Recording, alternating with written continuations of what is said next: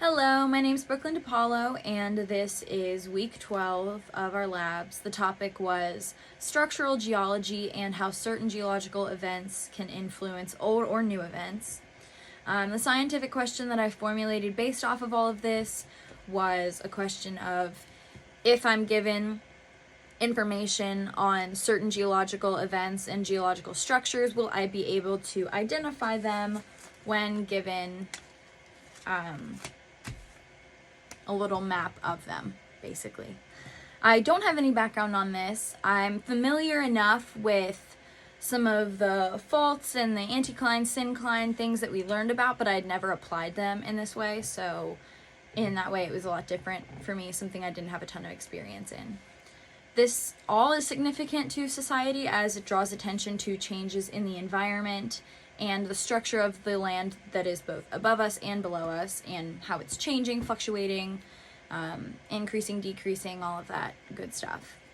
The materials I used were colored pens, scissors, and the lab printout. I chose to do the actual cutout and treat it as a sort of net and figure out what was doing what and which sort of events were affecting the other ones.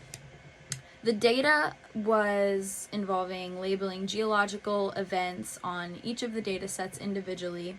I didn't see any of them correlate to each other across the board, obviously, because they were individual events, but I did see instances of certain events on one event would influence another. And the example that I have of this was I saw that inclined strata on one side tends to push the layers a certain way that remained the same for each of the instances of inclined strata. That was always pretty consistent.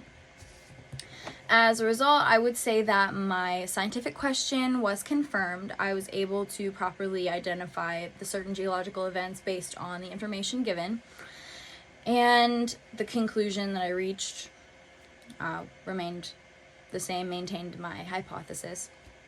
And some possible future scientific research directions would be applicable to, as I said, the way that the ground both above and below us is changing and fluctuating, and it's just a great way to monitor that and see how certain events can cause others. So you could be anticipating changes. Thank you.